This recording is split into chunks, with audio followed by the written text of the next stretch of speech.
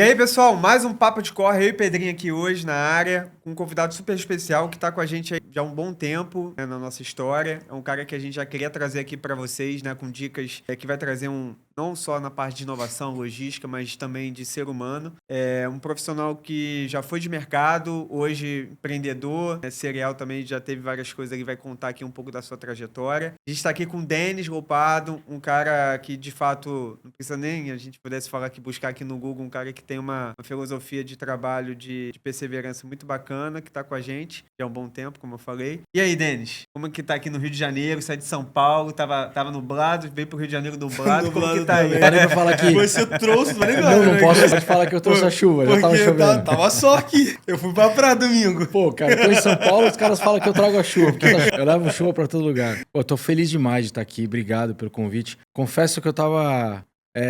me sentindo excluído, cara, porque pô, a gente tá junto há tanto tempo, tá trabalhando tanto tempo e essa iniciativa é sensacional. Eu me lembro quando vocês falaram que a gente da ia iniciativa fazer, do Papo e surgiu e já rolaram muitos episódios. Tô muito feliz de estar aqui. Vamos falar bastante coisa legal. Mas eu acho só um adendo aqui, uma aspa rápida. Eu acho que é engraçado quando a gente tá com alguém de casa, a gente acaba, não vou chamar, sei lá, já tá aqui, sabe? Então, acaba não tendo essa disciplina de chamar uma pessoa que já tá de casa, já é do dia a dia mesmo. Só que, realmente, quando a gente olha pra a galera que tá conosco, é uma galera super, super qualificada pra estar aqui, pra trazer história, pra trazer dicas, pra trazer esse background que fez estar conosco. Essa é a realidade. Sim. Então, a gente acaba, às vezes, procurando muito fora e não olhando tanto pra dentro, tá ligado? Sim. Isso que é maneiro também. E esse dentro me enche de orgulho.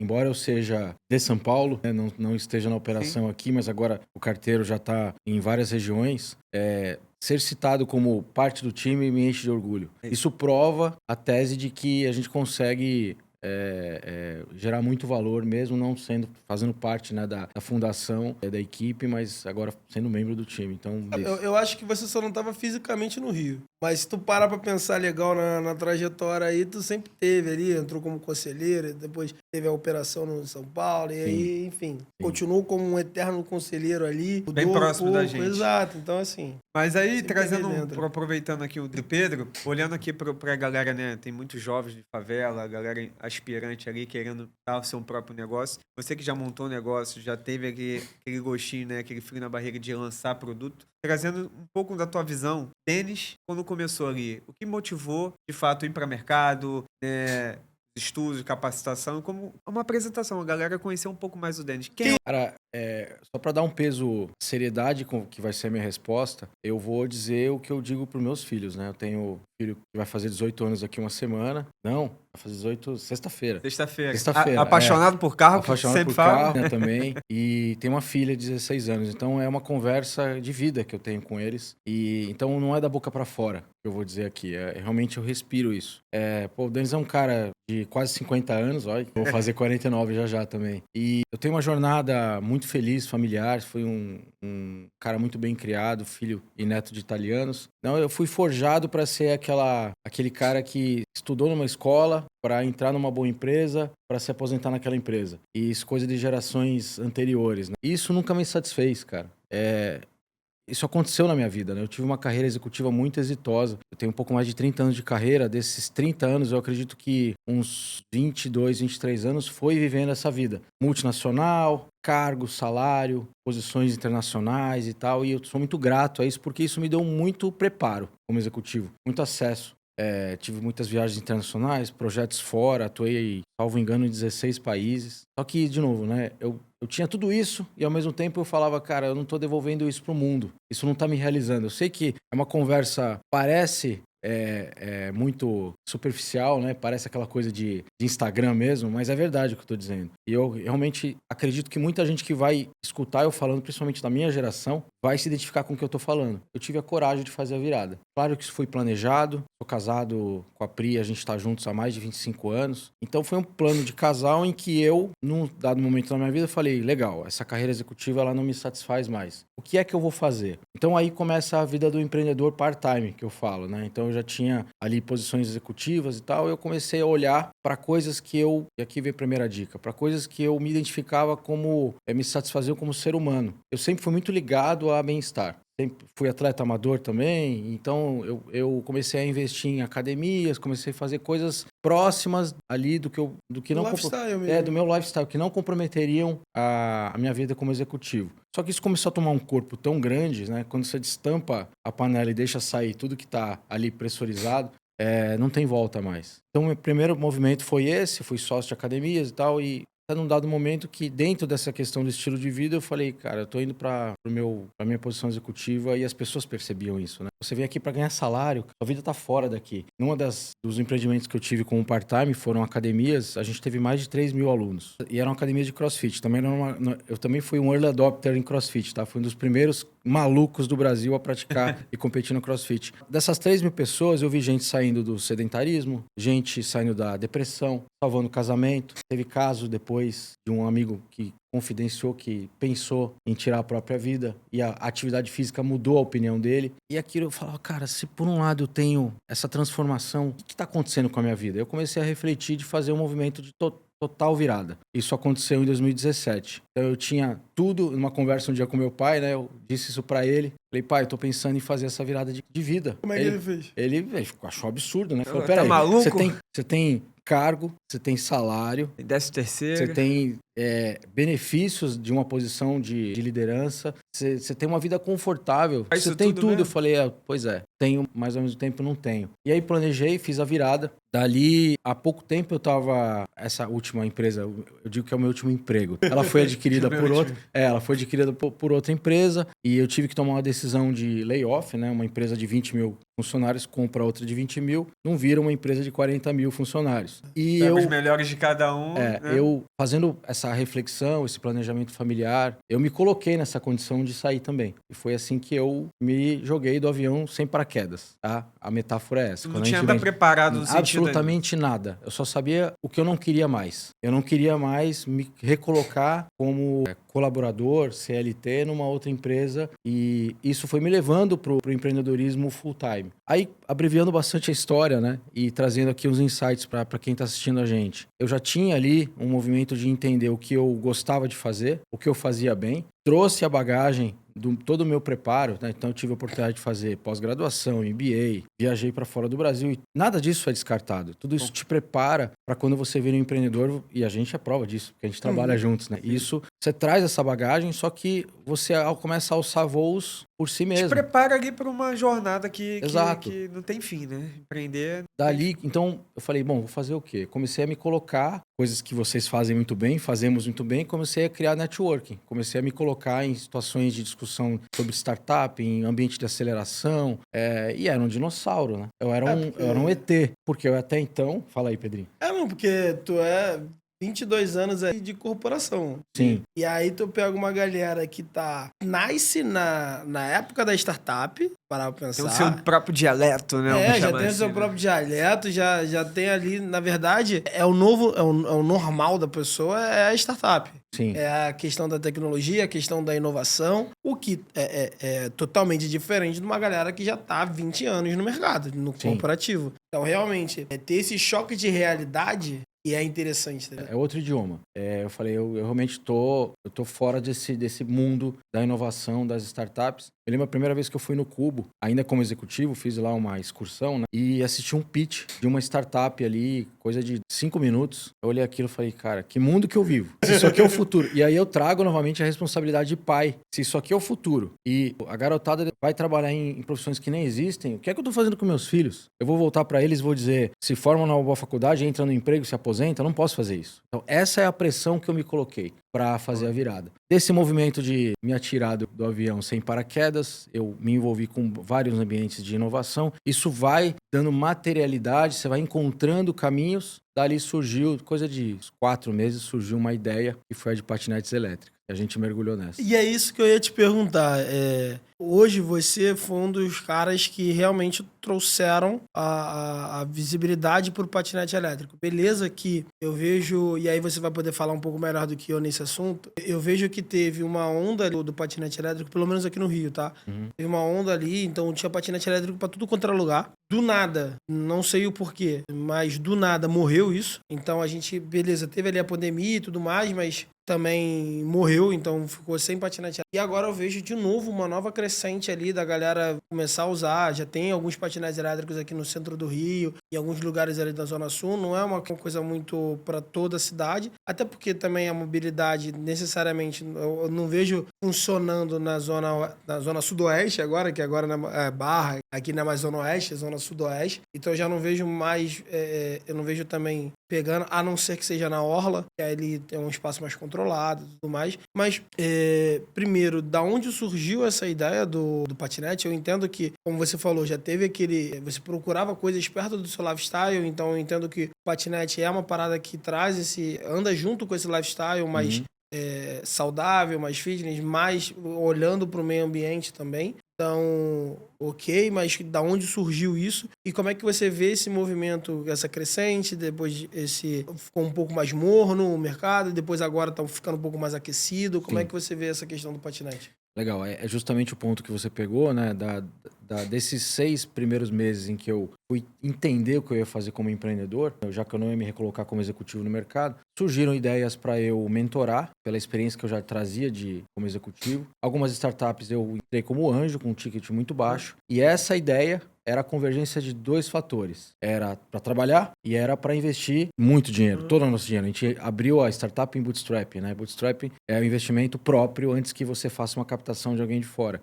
Está totalmente ligado ao lifestyle, ao bem-estar, porque mobilidade é economizar tempo e tudo mais. De partida, a gente estudou alguns cases que estavam ali próximos do nosso lifestyle. Eu me identifiquei com esse. Falei, cara, esse aqui eu vou entrar para investir e trabalhar. De fato, foi a primeira startup do Brasil e 15 dias depois vieram as que já existiam ao redor aqui do Brasil, né? Já mega investidas. A questão da aceitação e da sustentabilidade do modal. O que a gente descobriu pilotando essa jornada que foi ali em 2018, fundamos em agosto de 18 e eu fiz o exit no final de 20. O que a gente descobriu? Eu já tinha pivotado para bicicleta ao longo dessa jornada, então o patinete ele é nicho. Essa é a resposta objetiva. Ele é nicho. Saindo um pouco da coisa, né? Patinete, bicicleta, patins, o que quer que moto, o que quer que seja, a gente conseguiu ter uma visão da mobilidade, que essa aplicação, de que esse modal, ele tem a correta aplicação para aquela determinada jornada. O patinete era muito restrito. Então, vou citar aqui 2 contratos que a gente fez com muito êxito. Um foi com até então, o maior marketplace de delivery de comida do Brasil. Vamos ver se o patinete serve para entregar comida. Serviu, só que a bicicleta performa melhor. E o outro era uma concessionária do metrô, São Paulo, que também opera no Rio de Janeiro, que também opera no Nordeste. Vamos ver se a gente consegue, no final aí já não delivery, mas a complementariedade da última milha. A pessoa chega no metrô, vai fazer a última milha com os últimos 1, 2, 3 quarteirões, vai de patinete. A bicicleta fez melhor. Então essa é a primeira resposta do porquê o patinete sumiu. Mas a resposta objetiva mesmo, sumiu, depois voltou, mas algumas cidades pelo mundo, parece que Israel tá super... Tel Aviv parece que vai super bem. Mas é nicho, né? É nicho, a resposta é nicho. Mas a resposta que vem depois dessa, quando a gente vai investigar, inclusive o que aconteceu com a minha startup, foi governança. Foi ali um desentendimento do corpo de investidores, dos fundos. Acontece muito, né, em várias startups. Era bom Sim. tu complementar, né, a importância de uma governança bem estruturada e também de um poder de escala, né? Como você falou, como é nicho, você já começou a entender que nossos telespectadores podem estar com alguma ideia muito boa, mas é nicho. Então, nicho consegue captar? Aí eu queria a tua resposta. Beleza. Primeira questão da governança, né? Então, rapidinho, Sim. eu pensei que tu ia responder a segunda depois, mas só dando um passo atrás aqui na questão da governança, eu queria também que você falasse um pouco do que é governança para você. Porque eu acho o seguinte, quando a gente já tem uma maturidade empresarial, seja startup, seja corporativo, eu acho que quando a gente fala de governança, a gente já entende mais o que é a governança, o que a gente entende que precisa estar um pouco mais... A comunicação, ela faz parte fundamental da governança. Sem a comunicação, você acaba não tendo governança. Eu também entendo que a parte jurídica...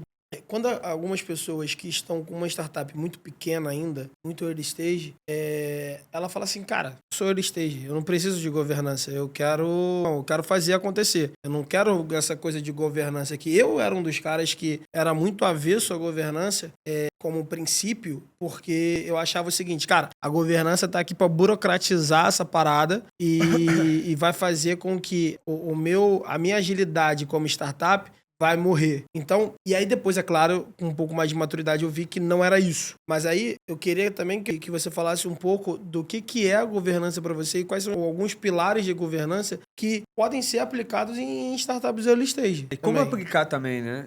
Só empresa grande que fatura muito pode ter governança. Sim. É que processo, porque às vezes o cara tá lá na favelinha dele com um negocinho dele, vou trazer um exemplo. Ele tem um negócio dele, fatura lá 20 mil por mês, mas ele pega o dinheiro da empresa, paga coisa de casa, dinheiro de casa, aí mistura tudo. Mistura. Só trazer um pouco dessa Isso visão. também é governança. Exato. Governança. Cara, pra gente simplificar bastante, né? Um tema que é complexo, que é governança. Governança é o combinado. É aquilo que você combina primeiro com você. Eu não tenho sócio. Sou eu comigo mesmo. Legal. Quanto você vai reservar? Vou dar um exemplo de governança. Quanto você vai, a sua startup vai, a sua empresa que seja, ela vai dar lucro. Quanto você vai tirar para você pagar as suas contas? Quanto você vai deixar para reinvestir?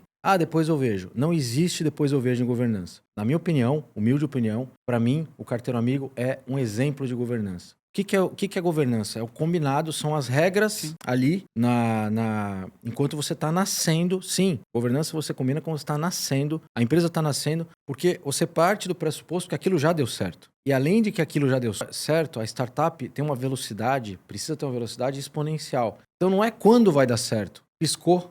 Isso eu tenho muito orgulho de a gente estar juntos há quase 3 anos. 3 anos. Eu me lembro, quando a gente começou, os números que a gente projetava eram sonhos. E esses números são ridículos agora.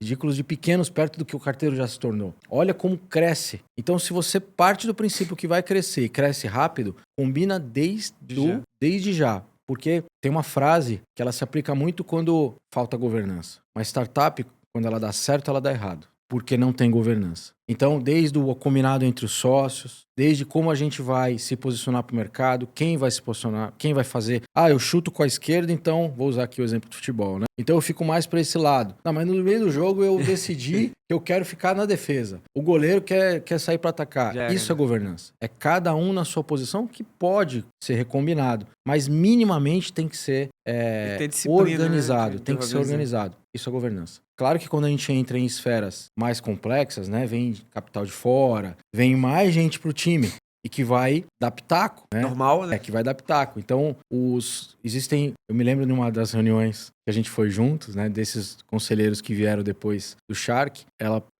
posso falar quem? A Luiz Helena Trajano perguntou, vocês são sócios? Ela olhou pra mim, você faz o quê? Vocês falaram, ele é conselheiro. Mas você é um conselheiro que trabalha, né? Porque tem muito pitaqueiro profissional. E isso também fere a governança. Porque tudo que vai drenar a sua energia, você tem que estar com foco em crescer, em converter, em trazer mais receita, em fazer crescer marca. Aí tem o pessoal que está fora, que não faz nem ideia do que está fazendo naquele ambiente. Isso também é governança. Então, governança é combinar o jogo. Simples assim. Vou dar outro exemplo que pode virar um negócio muito, muito, que atrapalha muito. Quando a gente funda uma empresa, essa empresa vira praticamente a nossa vida, né? Total. A gente tá mais na empresa. É um filho, né? Tá mais na empresa. Acho que é até mais do que um filho, mano. Tá mais na empresa. Se você tem uma esposa, você tá mais com o teu sócio do que com a esposa. E se não tá combinado e um dos sócios, em determinado momento, quer sair da empresa? Vai sair como? Não tá mais naquela pegada de se doar, de se entregar. Isso tem que ser combinado lá atrás. Isso também é governança. Pra quando chegar essa hora e ela vai chegar, brother, beleza. Lembra que a gente combinou? Vamos executar. E a empresa não paga o preço. Então, resumindo, é esse combinado. E nesse ponto em específico é interessante porque, além da empresa não pagar o preço, não gera um mal-estar, né? Porque, vamos supor, trazer aqui a gente é sócio. Cara, se ele quer sair, só que eu já sei que ele quer sair, cara, tudo bem. Eu sei que ele quer sair num dia que a empresa estiver no X milhões de reais e ele quer botar o dinheiro no bolso e fazer outra coisa. Beleza, ele já sabe que eu não quero sair e vice-versa. Então não vai ser um mal-estar quando esse momento chegar, né? Então isso é muito interessante. E, cara, muito bom essa definição de governança que você trouxe aqui. É de fato, tu parar pra pensar e simplificar é o combinado. O famoso combinado não sai caro. Essa é a realidade. O problema é quando nenhum combinado, nem o A, nem o B, nem o C, não tem o certo e errado. Tem o combinado. O problema é quando não tem o combinado. É isso aí. Esse é o problema. Que faz as startups deixarem de existir, né? Porque quando tem a maioria das rachas de sociedade, porque eles não combinaram o jogo. Trago novamente o exemplo das patinetes. Parte foi porque elas não pivotaram. No caso da minha, pivotamos. Mas quando a gente ia olhar a cozinha, a governança, tinha muita ponta solta. Tinha coisa ali que não estava combinado. Isso tirou tanta energia, no meu caso, né, que era fundador e CEO, mas minoritário, que eu falei, gente, tá num nível que eu não consigo mais consertar isso aqui, eu vou embora, beleza? Mais fácil. Quando os fundadores deixam a empresa acaba. Ela vira outra coisa. Vocês são a alma. Os fundadores são a alma da empresa. E é por isso que a governança tem que estar presente. E aí, pegando um pouco agora, trazendo uma visão de crescimento, né? A tua passagem, né, como conselheiro, uma visão, né, mais pé no chão, né, de botar a mão na massa. Qual a diferença, né, de você estar numa grande empresa, você ter ali a experiência, né, da empresa de patinete e agora, né, fazendo consultoria, ajudando outros empreendedores, estando aqui com a gente também. Qual o horizonte que você coloca para o mercado? Tipo assim, mercado de logística, onde você, né, tem uma história bem bacana. Como você está enxergando esse movimento aí das startups, volta de investimento, captação, execução? Como você está enxergando esses próximos anos? Eu vejo, primeiro, um aprendizado, né? Porque de executivo para empreendedor e agora para um ser invisível. É assim que eu me defino hoje. Eu preciso ser invisível para que os parceiros, né, o carteiro brilhe. Então não tem mais aquela coisa de ser um agente da transformação, ser ali o porta-voz da entrevista e tudo mais, que isso é necessário. Isso é ferramenta de conversão e a gente já falou isso bastante. Então, eu tô aprendendo a não ser protagonista. É difícil, né? Muito. É difícil. Muito. A começar pela agenda. Porque quando você está executando, vou dar um exemplo da minha rotina que me rendeu, inclusive, um burnout em 2020, né? Eu tinha toda a rotina de uma startup, que era a operação, vocês conhecem muito bem. E de madrugada eu tinha que desenvolver patinete, aguentasse a jornada de um entregador. Então eu mantinha uma equipe na China de engenheiros e fazia call com os caras para eles me mostrarem lá o molde e tal. Surtei, obviamente. E na China é dia, né? Aqui é noite. Surtei, me achava super-homem e tal, mas eu tô só dando exemplo de que eu batia no peito e falava, eu sou extremamente... Eu sou extremamente culpado. E aí tinha assessoria de imprensa que falava, não, tem que dar uma nota aqui no veículo. Eu falava, cara, eu tô surtando, minha agenda tá surtada. E eu curtia muito aquilo. Hoje não. Hoje a felicidade é poder ter dinheiro livre para poder fazer o que quiser, né? E para poder fazer conexões, sabe? Para quando o Pedrinho vira para mim e fala, cara, conhece o cara de tal empresa? Eu falo, pô, conheço. Porque eu já vivi a jornada anterior e tive uma boa reputação. Tive um bom ROI, né? Para todo mundo que eu contribuí, passava no telefone, o cara falava, o Denis é ponta firme, vou ligar para ele. Hoje é esse bastidor que eu faço. Então, feito esse parênteses aí, de como eu tô aprendendo a lidar com isso, e tá muito legal. Tá uma jornada diferente, né? Diferente. Não, total. Diferente. O que eu vejo? Primeiro eu vejo um mercado brasileiro extremamente atrativo. Se não fosse... não quer acreditar no Denis, não acredita. Mas pega os bilhões aí das duas operações chinesas de delivery chegando no Brasil para concorrer até então com o líder. É muito dinheiro sendo despejado aqui. Então isso é um bom sinal. Essa redistribuição das cartas no mercado é ótimo pra gente. Porque mostra pra gente que vai ter que existir uma reacomodação de que quem tá executando bem vai ganhar mais espaço. Investimento. Por sorte, a bolha das startups, aquela coisa do... eu vou fazer aqui um MVP, vou rodar um pouco, que foi o que eu vivi no passado. Vou rodar um pouco, e aí quando entrar a bolada do investidor é quando eu dou o salto. Na minha opinião, isso acabou.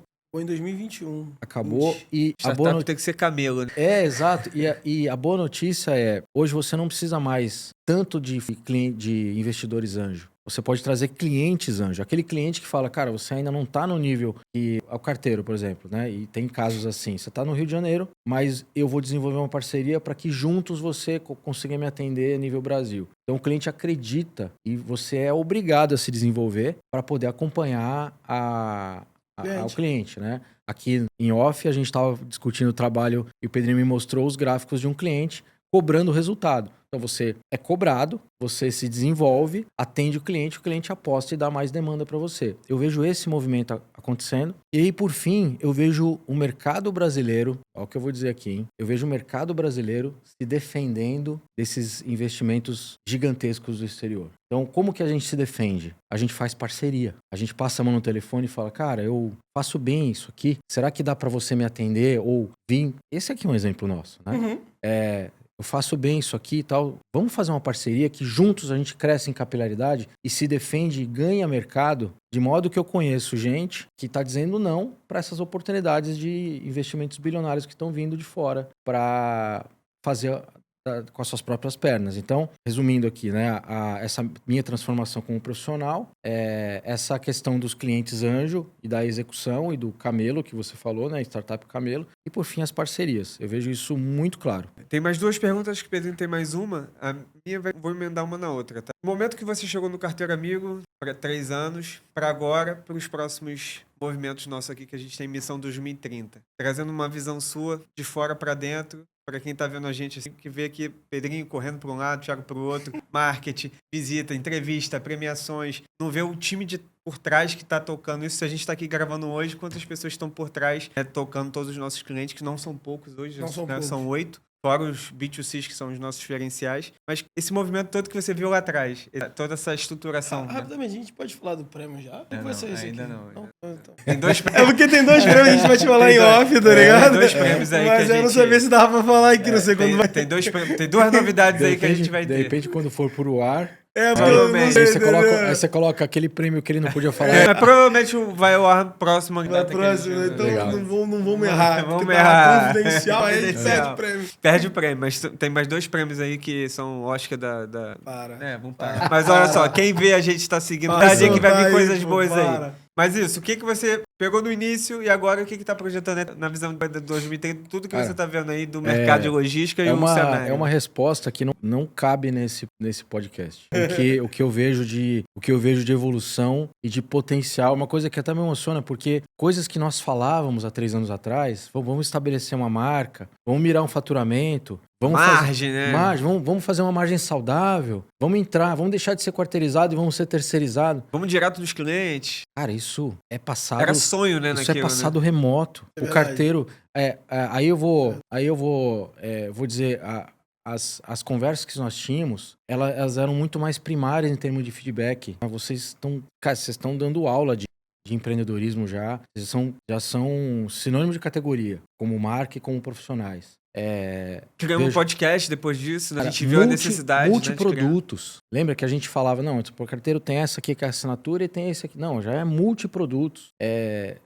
Sim, cara, não tenho como dizer para vocês o quanto houve essa evolução. Vocês me ajudaram a me desenvolver. Isso que eu acabei de falar na pergunta anterior aqui. Isso é verdade. Tô atuando assim, assado. Foi um desenvolvimento que vocês me obrigaram a ter para gerar valor pro carteiro. Porque eu era conselheiro. Cara, eu tenho algumas ressalvas em relação a essa posição. Ficar dando dica ali superficiais, né? Exato. E você não tem, uma vez por mês, é uma reunião, você não tem ali o dia a dia. Ao mesmo tempo, você não pode... A gente já falou muito sobre isso, né? O dia que eu consegui embarcar, colocar mais tempo, já tô fazendo isso aqui no carteiro, mas também não dá para fazer isso no tamanho que uma startup é no início. Exato. Como fazer? Fazendo do jeito que a gente faz hoje, né? Que é nós desenvolvendo uma oportunidade de eu ser parceiro numa outra localidade, fazendo desde o braço comercial, estabelecendo tentáculos de operação, fazendo o que como se o carteiro já tivesse em outras regiões. Então, a maturidade que o carteiro teve em tão pouco tempo é assustadora. Prova disso são os prêmios, né? A ponto, lembre que a gente falou isso lá atrás. Isso não vai parecer um pouco arrogante, mas não é, gente. A gente falou, a marca vai ser tão forte que a gente vai um dia ver quem vai investir no carteiro. Se a gente vai, como se diz, se a gente vai precisar dessa grana ou não. Preciso dizer mais alguma coisa? Precisamos dizer, né? Verdade. Estamos caminhando bem, gente. Estamos nesse momento. Então, Verdade. parabéns pra nós. Parabéns pra nós. E agradecer os clientes que acreditaram na gente nesse início aí. Exato. E por final, é uma pergunta clássica. O Pedrinho deve ter uma outra pergunta para finalizar. Mas a gente sempre pergunta pros nossos convidados. E se você pudesse olhar para trás, ver todo o seus filhos, sua esposa, todo o acontecimento, empresa, essa jogada, pudesse falar com você. Deus pudesse hoje botar você no passado e falasse assim, vem cá menino, vou dar uma dica pra você. 20 Você anos poder atrás. falar pra você mesmo É. há 20 anos atrás. 20 Um aninhos Denis de ali. 30, né? E aí? Ah, Que 29. histórias, que motivações O que você falaria pro Denis de 30 anos? Eu diria, cara, errar é bom. Não dá tanto peso pro erro, sabe? Se perdoa. Todo dia a gente sai de casa e a gente não sabe o que a gente vai, com quem a gente vai se deparar. E nós aqui temos uma característica, pela nossa índole, de acreditar nas pessoas. Acreditar nas pessoas é uma opção minha. Provar que eu tô errado é uma decisão delas. E muitas vezes a gente se pune. Fica aquela coisa, pô, por que eu não devia ter errado? Eu diria isso pro Denis. E digo isso pros meus filhos, que ainda têm oportunidade. Vai errar, com certeza, cara. Isso é bom. Só que erra rápido. E na próxima vez erra diferente. Não carrega aquele fardo. Olha que eu consigo carregar bastante peso. Mas é bom não ter esse peso, né? Não é pouco não. Então eu deixaria o Denis mais tranquilo pra ter uma vida mais leve, sabe? Se perdoa pelos erros que Que a você vai jornada valeu a cometer. pena. Com certeza, É com certeza. E aí é interessante porque realmente... E aí a gente, porra, pelo tempo, a gente não conseguiu entrar em assuntos que eu particularmente gostaria de trazer aqui. Que é o Denis pessoa física, tá ligado? E o que você falou agora é interessante porque quando a pessoa física, ela tá muito bem, corpo, alma, enfim... Ela tá muito Energia, bem, né? Toda essa exato, questão, né? ela necessariamente reflete no CNPJ. Como você falou, quando a gente cria ali, quando a gente vira folder e tal, o CNPJ vira a nossa vida. Esse é um ponto. Então, se você não tá bem no teu CPF, seja de saúde, seja casamento, enfim, Vai refletir. vai refletir, entendeu? Então, isso é muito interessante. E aí, é porque a gente, infelizmente, tem o tempo, mas para poder finalizar, você, como já falou algumas vezes, é atleta, powerlift e tudo mais. E aí, duas perguntas rápidas. Qual é o peso maior que já levantou? Esse é um ponto. Curiosidade. Mas, agora falando sério, cara, o que você acha que contribuiu para sua vida CPF, CNPJ ou esporte? Porque assim, eu vejo que muita gente hoje que veio do esporte, tem aquela disciplina do esporte, estão virando alguns empreendedores bons, outros mais ou menos, mas ainda assim com uma notoriedade interessante e com muita estrada. O que o esporte e esse lifestyle mais saudável contribuiu para o Denis ser o que é hoje? Em 2013, eu participei de uma competição de powerlifting e eu tinha ali a oportunidade, já tinha feito as marcas. Powerlifting são 3 maiores marcas em 3 exercícios, você tem 3 tentativas, então são 9 repetições, você fica exausto e tal. Eu já tinha feito todas as marcas para ser campeão brasileiro. A minha treinadora, até então recordista mundial, presidente da federação, falou, nesse aqui, que é o levantamento terra, você vai voltar e vai fazer a 4ª pedida, porque você está elegível a quebrar o recorde brasileiro. Eu falei, não, eu tô morto. Já tô somando aqui. Você vai lá e vai voltar. E, obviamente, que ela me incentivou e tal, né? Me deu um chacoalhão. Eu fui lá e quebrei o recorde brasileiro de levantamento terra. Quando você trabalha para isso, e o treino, a competição é mais um treino, essa é a lógica, né? A diferença é que tem árbitros ali, aquilo tá validado e fica uma marca registrada. Não tem como você voltar para casa e falar assim, pô, será que eu sou capaz? Então, aquilo ali foi um divisor de água para mim. Eu tinha 30 anos. Eu me tornei um atleta de alto rendimento velho. Então eu carregava uma série de crenças, de incertezas, de bobagens, barulhos na cabeça. Pô, será aqui, será aqui? Aquele dia, eu voltei pra minha casa de carro e falei, cara, eu sou um cara que quebrei o recorde brasileiro, eu já era master com essa idade, ganhei dos atletas Open. O que eu vou dizer pra mim mesmo depois? Eu vou calar a boca e vou saber, ter a certeza que eu sou capaz. É isso que o esporte faz com a gente. Então, e a conquista, ela não é subir no pódio. Todo dia, um nadador, ele olha azulejo todo dia. Ele passa na Olimpíada, ele faz a prova lá, Michael Phelps ganhou as medalhas, mas durante 4 anos ele ficou olhando azulejo. O Bolt ficou correndo na chuva. O tenista fica com tendinite. Então, a construção de todo dia você vencer a si mesmo, sabendo que você vai alcançar uma marca que ninguém alcançou, você pode alcançar, quebra o modelo mental de incerteza. Te deixa muito forte mentalmente. É isso que o esporte ajuda. E isso pro empreendedorismo é fundamental. É a base do empreendedorismo. Porque a gente recebe muito não. A base do empreendedorismo você tá louco? Isso que você vai fazer ninguém fez. Não vai dar certo. Não vai dar certo. Vai arrumar um emprego, menino. Né? E você, não, eu tenho certeza, cara. Então nós somos alienígenas.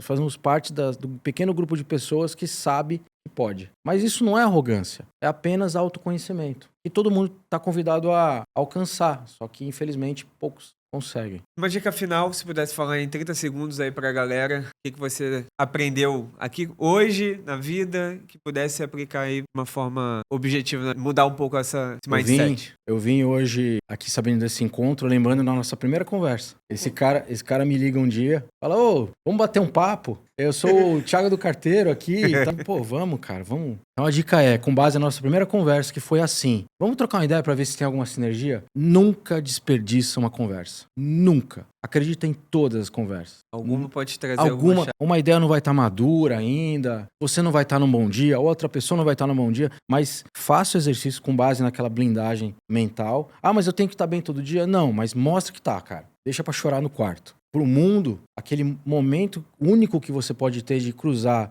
a pessoa que vai junto com você mudar a vida de milhões de pessoas, pode nunca mais voltar. Então, investe numa boa conversa. Bacana, Denis. Quem chama os parceiros aí que estão ajudando a gente a estar nessa história aqui linda? Cara, primeiramente agradecer a Multiplan, Multitude, né, por trazer essa estrutura, né, cara? Vocês não estão vendo, mas a gente tá literalmente no meio da praça de alimentação. Ele mexe, passa a galera aqui num aquário, podemos dizer assim. A casa de vidro do Big. E aí passa a galera, dá tchauzinho, escuta o que a gente tá falando. Então, essa estrutura aqui é muito bacana. Tem uma galera trampando aí por trás, pra questão de som, enfim, equipamento. Então, isso é inovador. Não conheço outro shopping, outra rede que faz algo parecido. Então, só agradecer a Multitude. A gente falou um pouco sobre questão de tecnologia, mas a gente falou bastante sobre inovação, que, na verdade, anda muito lado a lado ali. A gente sabe que investimento em inovação e tecnologia é um investimento alto. E você ter uma pessoa dedicada no seu time é um investimento mais alto ainda. Então, muita galera não tem esse dinheiro. Até para validar um negócio, né? Exatamente. Então, temos aqui a Parafernália como o nosso apoiador de tecnologia, inovação, enfim, trazendo ali monta squads, né? Cadê um CTO sem pagar esse CTO mensalmente? Ali pode falar com a Parafernália. Carteira Amigo, né, que é a nossa empresa, o que a gente falou bastante aqui sobre o Carteira Amigo. Então, você que tem uma pequena empresa ou uma grande, quer entregar nas favelas e fora das favelas, pode chamar o Carteira Amigo, que a gente vai te ajudar, a gente vai conseguir fazer essa entrega com excelência. E quando você estava falando sobre a cobrança, pessoal, o cara estava me cobrando porque a gente tem 3% atrasado. Então, vamos lá. A gente está falando aqui de 97% no prazo antecipado.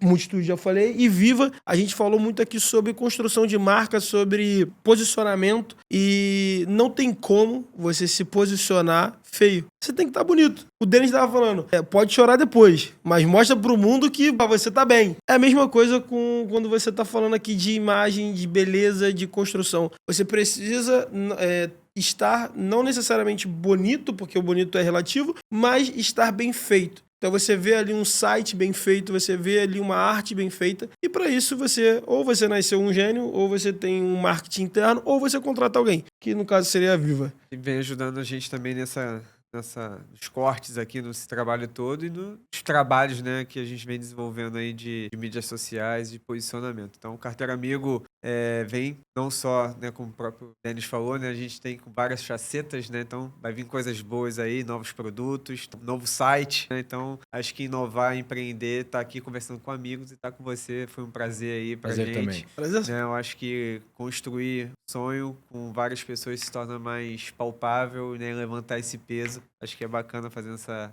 trocadilha. Só quem levanta peso sozinho. E quanto de peso pra finalizar aqui? Quanto é que foi esse recorde aí? Cara, o recorde medido com árbitro, eu tenho uma curiosidade, né? Imagino que vários atletas. Eu já levantei mais peso em treino do que em competição.